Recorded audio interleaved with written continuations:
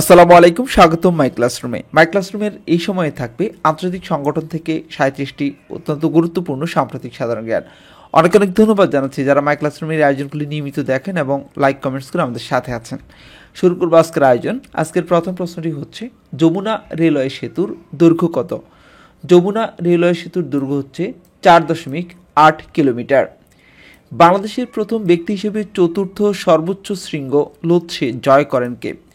বাংলাদেশের প্রথম ব্যক্তি হিসেবে চতুর্থ সর্বোচ্চ শৃঙ্গ লোৎসে জয় করেন বাবর আলী। দেশের 51তম জিআই পণ্য কোনটি? দেশের 51তম জিআই পণ্য দিনাজপুরের বেদানা লিচু। জুলাই শহীদ স্মৃতি ফাউন্ডেশন কবে গঠিত হয়? এটি গঠিত হয় 10 সেপ্টেম্বর 2024 তারিখে। 2024 সালের অনূর্ধ্ব 19 এশিয়া কাপে চ্যাম্পিয়ন হয় কোন দেশ? বাংলাদেশ।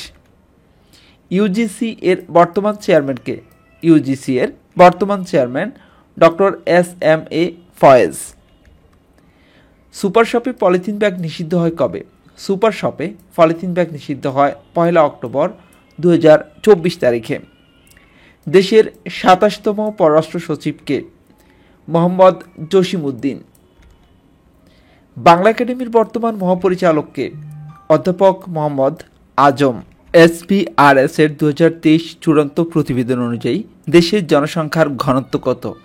দেশের জনসংখ্যার ঘনত্ব 1171 জন। বাংলাদেশ ব্যাংকের বর্তমান গভর্নর হচ্ছেন আহসান এইচ মনসুর। দেশের 25তম প্রধান বিচারপতি কে? দেশের 25তম প্রধান বিচারপতি হচ্ছেন বিচারপতি সৈয়দ রেফাত আহমেদ। বাণিজ্য মন্ত্রণালয়ের উপদেষ্টা কে? শেখ বশিরউদ্দিন আহমেদ, তিনি বাণিজ্য মন্ত্রণালয়ের উপদেষ্টা। 14তম প্রধান নির্বাচন কমিশনার কে? 14তম প্রধান নির্বাচন কমিশনার হচ্ছেন এএমএম নাসির উদ্দিন। ফ্রান্সের সর্বকনিষ্ঠ প্রধানমন্ত্রী কে ছিলেন? গ্যাব্রিয়েল আত্তাল। সেদনায়া কারাগার কোথায় অবস্থিত? এটি অবস্থিত সিরিয়ায়। বাশার আল আসাদ কবে সিরিয়ার প্রেসিডেন্ট হন? তিনি 17 জুলাই 2000 সালে সিরিয়ার প্রেসিডেন্ট নির্বাচিত হন। নিউজিল্যান্ডের বর্ষসেরা পাখি কোনটি? সেটি হচ্ছে হই হো। আন্দামান ও নিকোবর দ্বীপপুঞ্জের নতুন রাজধানী কি? শ্রীবিজয়পুরম। এটি হচ্ছে আন্দামান ও নিকোবর দ্বীপপুঞ্জের নতুন রাজধানী।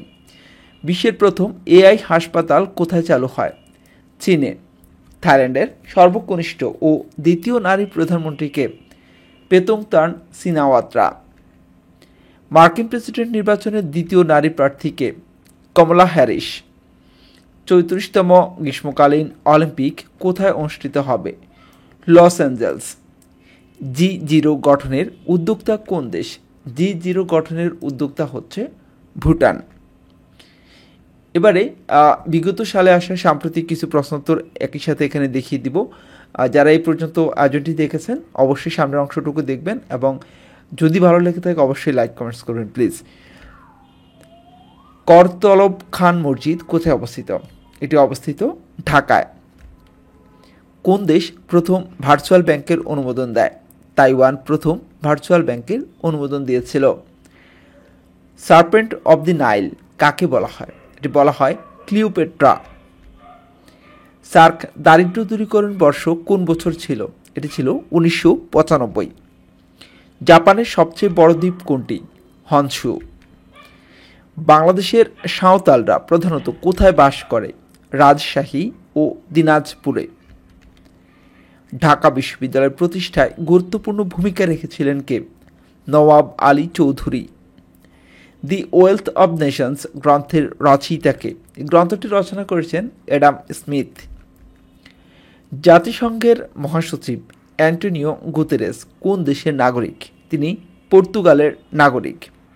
ক্ষুদ্র নৃগোষ্ঠী মাতৃভাষা সংরক্ষণে 2021 সালের আন্তর্জাতিক মাতৃভাষা পদক কে পেয়েছেন? মথুরা বিকাশ ত্রিপুরা।